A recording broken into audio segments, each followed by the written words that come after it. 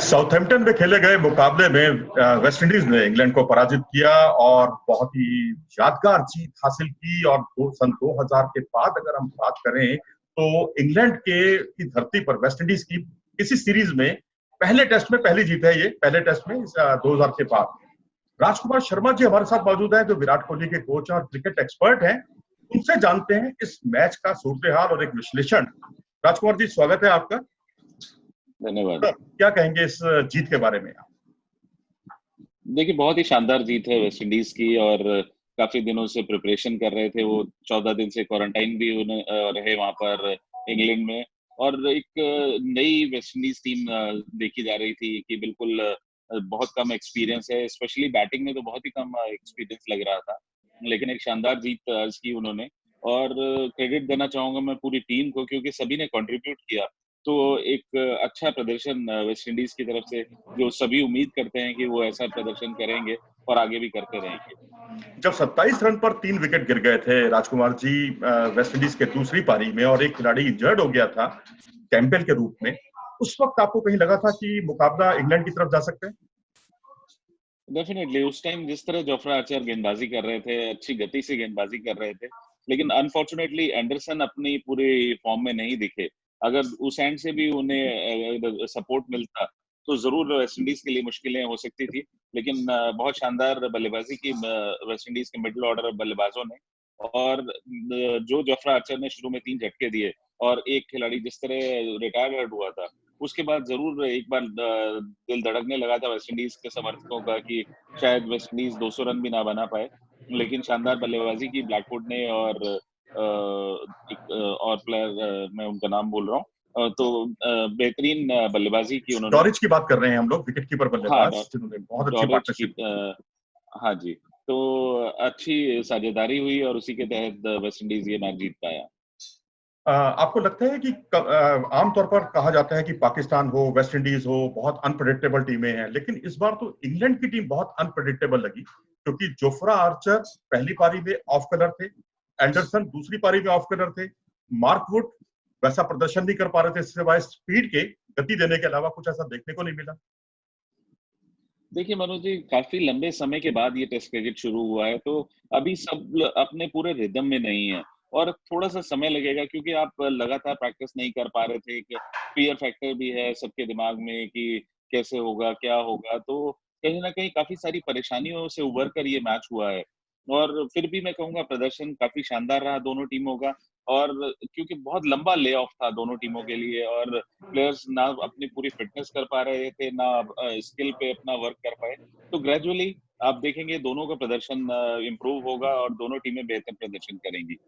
Gabriel को man of the match दिया गया, 4 विकेट और 5 विकेट दूसरी पारी में, और इसी तरह से करियर बेस्ट बॉलिंग की थी होल्डर ने, 6 विकेट पहली पारी में, और दूसरी पारी में टर्निंग पॉइंट साबित हुए थे बेन स्टोक का विकेट लेकर जेसन होल्डर। और वहीं तीसरा प्लेयर ब्लैकवुड, जिन्होंने 61 रन की पारी खेली और 95 रन की पारी खेली दूसरी पारी में। आपको लगता है कि मैन ऑफ द मैच जो दिया गया बिल्कुल सही दिया गया, या बड़ी दुविधा की स्थिति?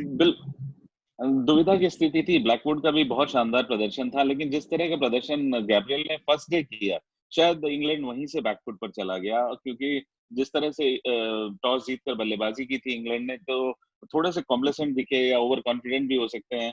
नया कप्तान था, उसने कहा कि मैं पहले बल्लेबाजी करूंगा टॉस जीतकर, जबकि फ्रेश विकेट था, और गैब्रियल ने शानदार वो गेंदबाजी करते हुए जो उनके टॉप ऑर्डर के 4 बल्लेबाज आउट किए, तो वहां से इंग्लैंड उभर ही नहीं पाया इस पूरे टेस्ट मैच में। तो मेरा मानना है कि बिल्कुल Gabriel well deserving man of the match award के थे। और साथ साथ ब्लैकवुड थोड़ा सा अनफॉर्चुनेट है कि उनको ये नहीं मिला। बेन स्टोक के बारे में तो आपने पिछले वीडियो में ही हमें बता दिया था कि थोड़ी सी अनुभवहीनता उनकी झलक सकती है, क्योंकि अकेले बतौर बल्लेबाज तो वो बहुत ही काबिले तारीफ हैं, और उन्होंने प्रूव भी किया है, एशिया सीरीज हो और तमाम सीरीज में उन्होंने इसे साबित भी किया है।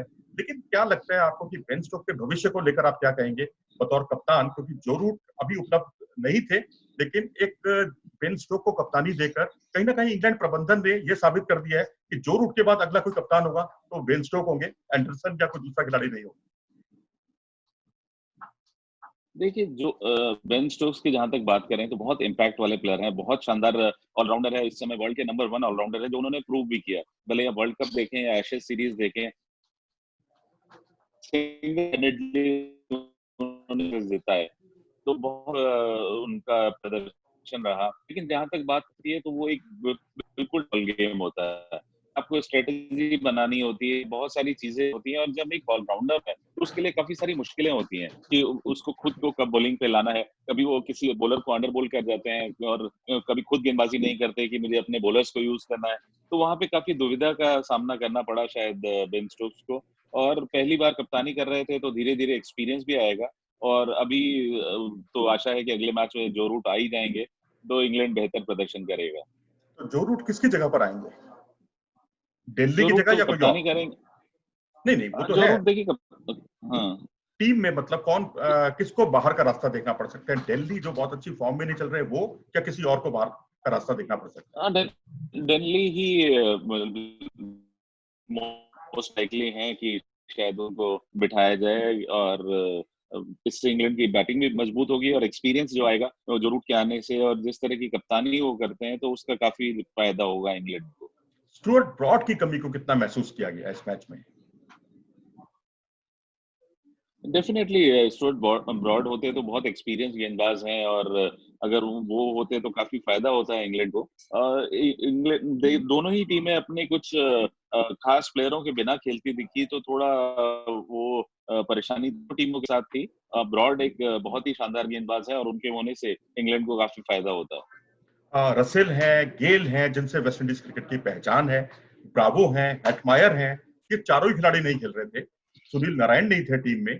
उसके बाद इतनी मैच्योरिटी लेवल जो उनका बिल्कुल जिसे कहते हैं पहले गियर से चौथे गियर पर पहुंच गए। क्या कहेंगे आप इनके जो मैच्योरिटी लेवल में जो फर्क आया, खासकर आप बल्लेबाजी में देखेंगे, एक बल्लेबाज जो है टिक्कर खेल रहा था, दूसरा अटैकिंग खेल रहा था, फिर दूसरा जो है उन पहले प्लेयर के आउट होने के बाद वो टिक्कर खेलने लगा, दूसरा अटैकिंग खेलने लगा। ये जो रणनीति में जो बदलाव वो लगातार करते रहे, कितना मैच्योरिटी लेवल ऊंचा हुआ है वेस्टइंडीज का। मैं तारीफ करना चाहूंगा रॉस्टन चेज की और ब्लैकवुड की, जिस तरह की बल्लेबाजी इन दोनों बल्लेबाजों ने की और डॉरिच बहुत ही मैच्योर दिखे। वो काफी कम एज के प्लेयर हैं डॉरिच और विकेट कीपर हैं। शानदार उन्होंने बल्लेबाजी की और दिखाया कि उनमें कितना मादा है। और ये जो प्लेयर हैं रसेल, गेल या हेडमायर, ब्रेवो, ये सारे वनडे के लिए शायद वेस्टइंडीज इनको इस्तेमाल करे। टेस्ट मैच के लिए उन्होंने ये जो टीम उतारी बहुत शानदार टीम है और आने वाले समय में जब ये मैच्योर हो जाएगी तो ये किसी भी बड़ी टीम को अच्छे से टक्कर दे पाएगी। और बॉलिंग के बारे में आप क्या कहेंगे? वेस्टइंडीज की बॉलिंग से कितने खुश हैं? वेस्टइंडीज की बॉलिंग बहुत शानदार रही है। जिस तरह गैब्रियल ने गेंदबाजी की, रोच ने या कप्तान खुद बहुत अच्छे उस फॉर्म में दिखे। तो कुल मिला के एक नई शुरुआत है वेस्टइंडीज की और अगर अब ये कंसिस्टेंटली प्रदर्शन करते रहेंगे तो शायद वेस्टइंडीज के जो पुराने दिन हैं वो लौटते हुए नजर आएंगे। चलिए राजकुमार जी, चलते चलते आखिरी सवाल, जो कि हमारा चिर परिचित हमेशा सवाल रहता है। दूसरा टेस्ट जिसमें वेस्टइंडीज इंग्लैंड के दिग्गज खिलाड़ियों की वापसी होने वाली है, स्टुअर्ट ब्रॉड, जैसे कि आपने कहा, जो रूट, और इधर वेस्टइंडीज टीम में उतने ज्यादा विकल्प मौजूद नहीं है। क्या आप कहेंगे सेकंड टेस्ट में भी लगता है आपको यही रिजल्ट रहने वाला है, या काफी कुछ बदलाव देखने को मिल सकता है? देखिए बदलाव तो जरूर होगा क्योंकि इंग्लैंड इस बार काफी जोर शोर से तैयारी करके वापस आएगी और कप्तान उनका वापस आ जाएगा तो एक चेंज्ड इंग्लैंड साइड आपको दिखेगी। लेकिन हाँ, वेस्ट इंडीज का भी मनोबल हाई है और मैं कहूंगा अगर अपनी वो इसी परफॉर्मेंस को कंटिन्यू करते हैं तो एक बेहद रोमांचक मुकाबला देखने को मिलेगा। यानी आप ये कह सकते हैं कि 1988 के बाद जो है इंग्लैंड में वेस्टइंडीज की टीम को जीती नहीं है सीरीज, वो कमाल भी हो सकता है। डेफिनेटली हो सकता है अगर वेस्ट इंडीज अपने सेल्फ कॉन्फिडेंस ऐसे ही रखे और इस तरह का ही प्रदर्शन करेगी तो वो इंग्लैंड को इस सीरीज में जरूर हरा सकती है। चलिए, हम भी उम्मीद करते हैं, और पूरी दुनिया की नजरें वेस्टइंडीज पर टिकी हुई हैं कि वेस्टइंडीज कुछ अच्छा करे, और जो टेस्ट की जो दिग्गज टीमें हैं उसमें उसको अभी शुमार हो। राजकुमार जी, आप हमारे साथ जुड़े, आपका बहुत बहुत धन्यवाद। Thank you. Thank you thank you sir. Sir.